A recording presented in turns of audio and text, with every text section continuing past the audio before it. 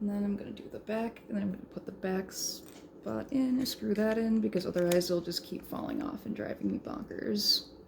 So just right here, you want to put these screws in on each side.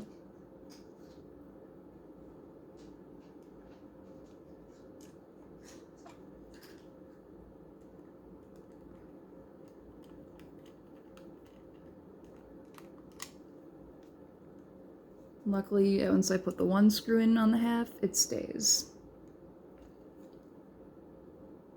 And then once I put the other half together, the body should be able to stay aligned and together.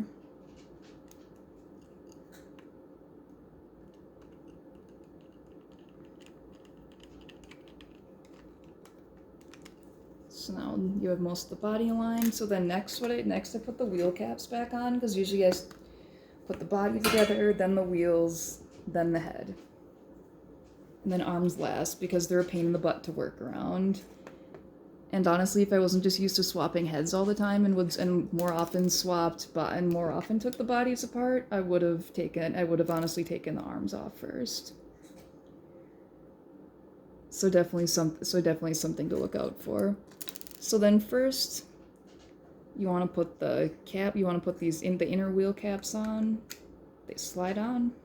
The big ones in the front, small ones in the back, of course. Slide one onto each side, and then make sure that you are using the screws with the caps on them for the wheels, because those are specifically meant for the wheels. And I kept them with the wheels just to make sure that I'd remember that.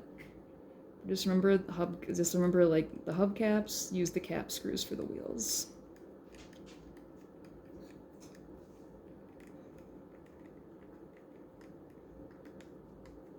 So then when a wheel is screwed all the way on, it'll look like this with the cap screw.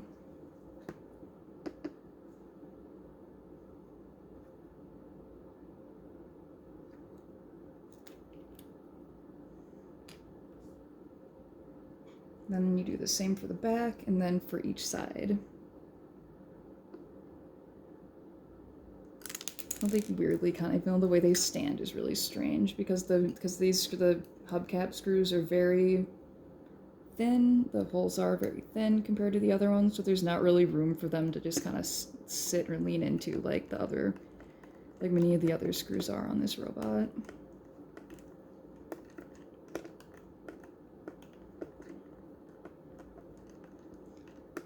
And if it's not completely straight up and down and there's any angle, it will not screw back in.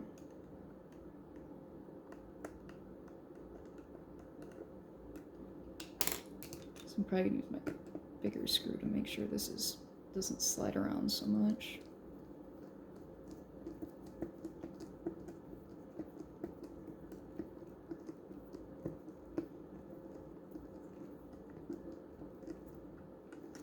Then now the left side is done, so then I go to the right side. Start with the big one. Put the little one on the back. Just blow some nasty dirt off of it, because dang pet hair. And then put the screws back on the right side.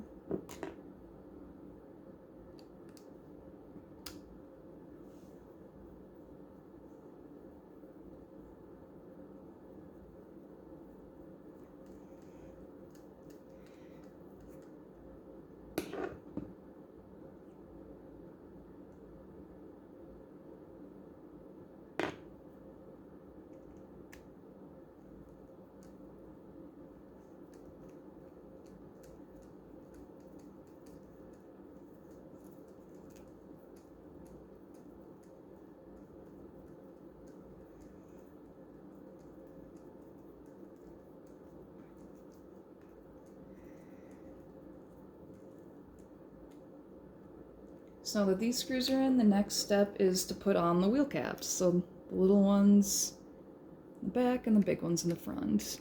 And those, they're pretty easy. You just align the snaps and push them on, and they'll snap on for you once you got the alignment right. Snap. Doesn't matter which side. It doesn't matter which side you use, because they're the same on each side.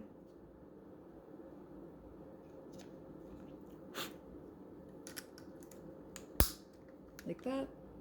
And then after that I put the treads, or replace the treads back over the wheel caps. You just have to pull them a little.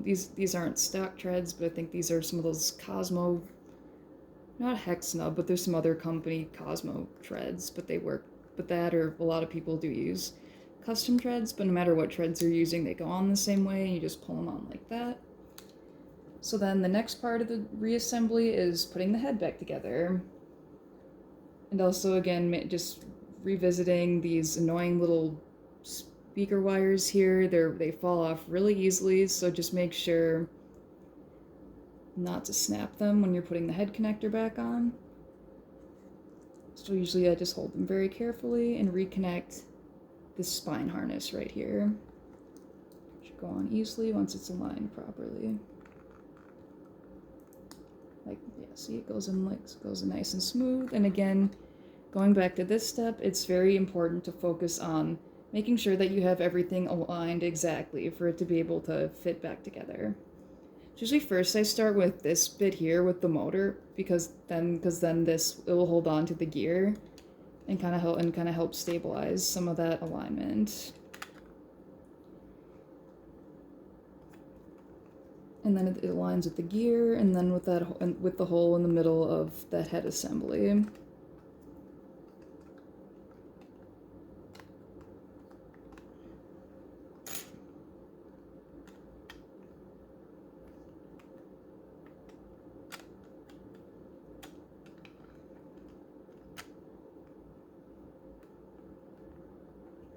I'm also making sure, because the way the wires fit on these production units is surprising. They ended up putting it to hook around like some of the screw mounts, which is weird. But I guess this is a PVT, so maybe it still wasn't finalized yet.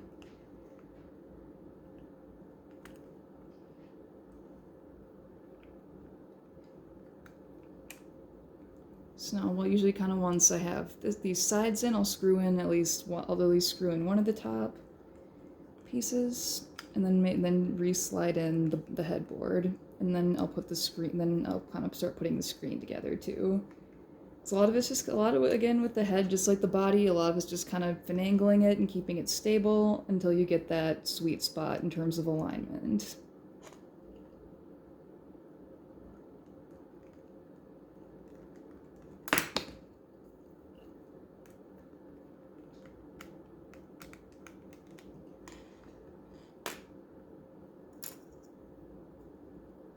Then I'll replace the face shield, just it clips in on the side like this.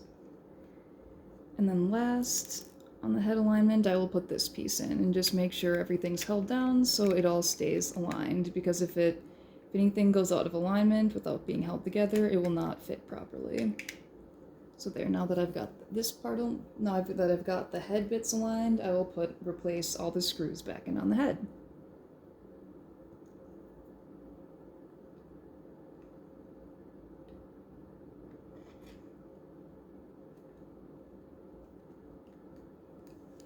So just again, there's the two bottom, there's the top and the bottom screw on each headpiece,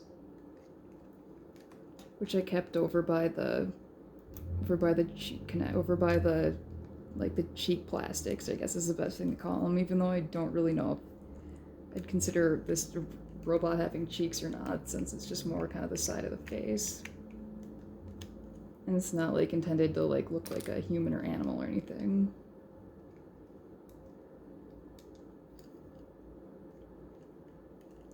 And you screw in these top pieces here. Definitely a lot easier without the stupid arms in the way. And then you want to put these pieces on, the accessory plastics. They just snap in like that, and do it for each side.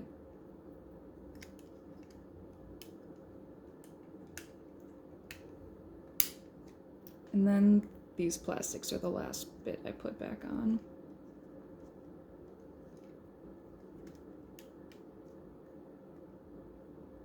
And again, like the outer ones, they just have to be aligned. Sometimes the tap's pushed in a little bit and then they snap on real nice.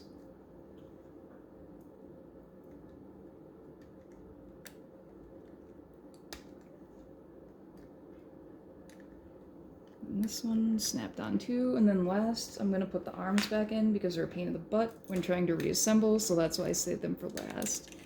So I usually start with the upper arm bar here because it's hard to align when you have the bottom bars in already. So I slide it in through the left here. Again, it likes to be finicky on me, so it kind of has to be pushed in. And then once it pushes all the way in, it snaps in. And then you come around from the other side, make sure the tabs line up, and they should snap in like this. And then second, then after that, I do the lower part, which again can be a little bit hard to align since it usually fits since the lower part will try to get in the way. Usually it's kind of easy. It's easiest to line in the kind of the arm halfway up position, so they can slide a bit.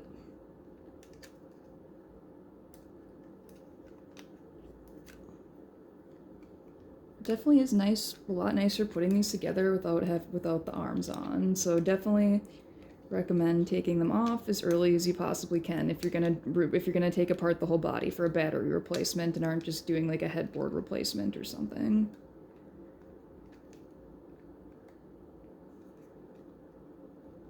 Again, it's all about alignment on these guys. Actually, I think I'm gonna pull this one out a little bit because it's being a pain. So once you get one side, you can get the other, but even sometimes getting one side can be a challenge on these stupid things because of the tight tolerancing.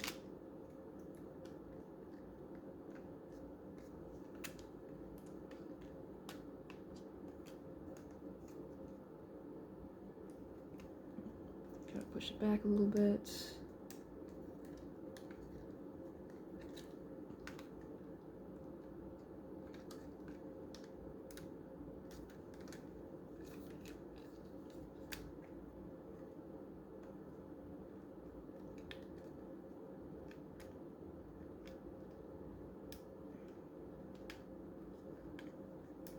It's even the really annoying part is that again with these arms is that the upper part will get away with the lower part when you're trying to align it because the joint will sometimes get in the way, so sometimes you even have to pull it out again to be able to align the lower part. So yeah, I just like hate dealing with the arms. They're a massive pain in the butt.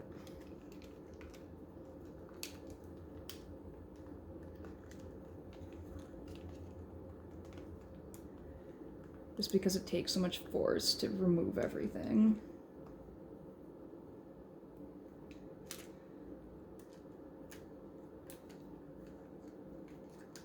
These are not a fragile pain in the butt, they're just a pain in the butt from an alignment perspective.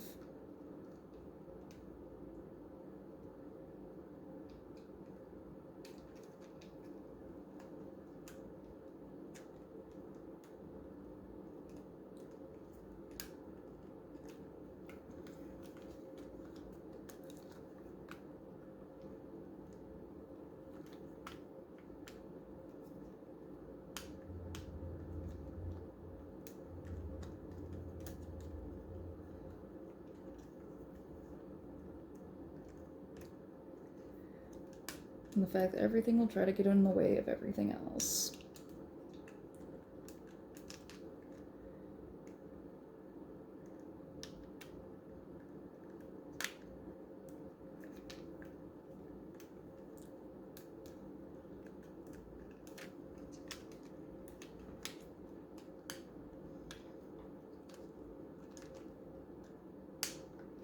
Oh, for fuck's sake. I hate these arms. So I'm just gonna have to pop the top one again because the bottom one's just straight up not gonna align. So I might just have to align the bottom one over the top one. Because the alignment on the bottom arms you see it's like set to align with the arms all the way up on the top, all the way up to the top of their axis is the only way they will align properly. So that's why it's such a pain in the butt. And if the lower arm's already in, they will not fit.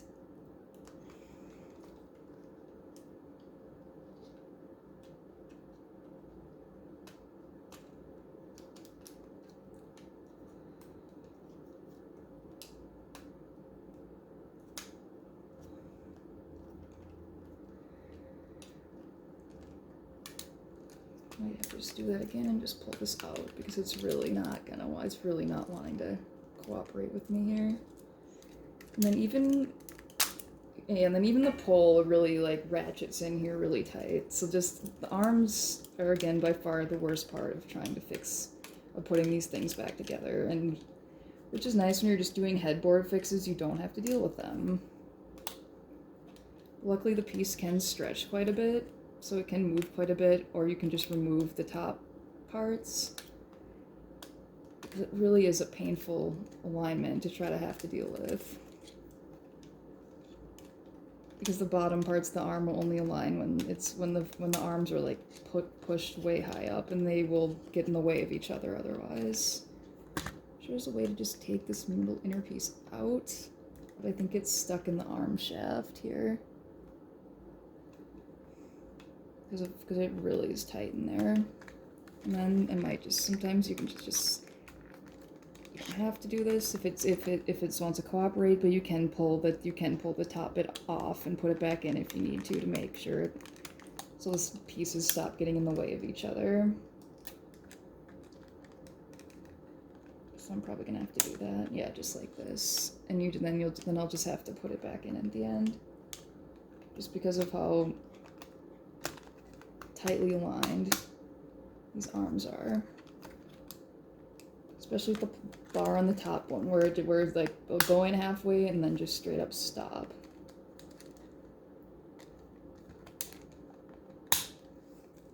And then now it's back together with that, and then I'm just gonna put the top bit back in and realign the screws in the top of the arm. So which usually you just kind of slide, which kind of have to push on the outsides a bit and then slide in, which again is very tightly tolerant, so you're gonna have to snap it in exactly like that.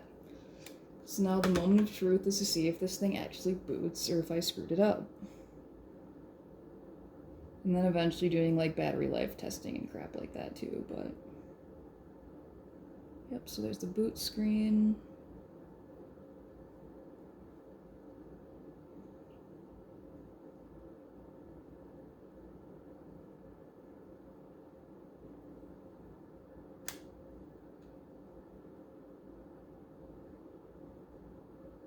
And they always, like, it's running a custom, it's a dev unit, so it is running a custom firmware that would need OSKR otherwise to run. So then looks like I didn't kill it and that it worked. So if me being janky can fix these guys, I hope that more people can too, and just always make sure to be very careful because you're using lithium-ion batteries, and to only do this at your own risk. Because it is nice to have your Vector last more like an hour, because you're lucky to get 30 minutes off of a stock battery, and even then they don't last very long, unfortunately. But hey, Vector. Good robot. See? Now he's happy to have a new battery, so thanks for watching, and just let me know if you have any questions, and I hope you found this helpful, even though I did have to mud through it a little bit, since I can never just get those arms quite right. But I'm glad it worked, and anyway, thank you for watching, and make sure to like and subscribe.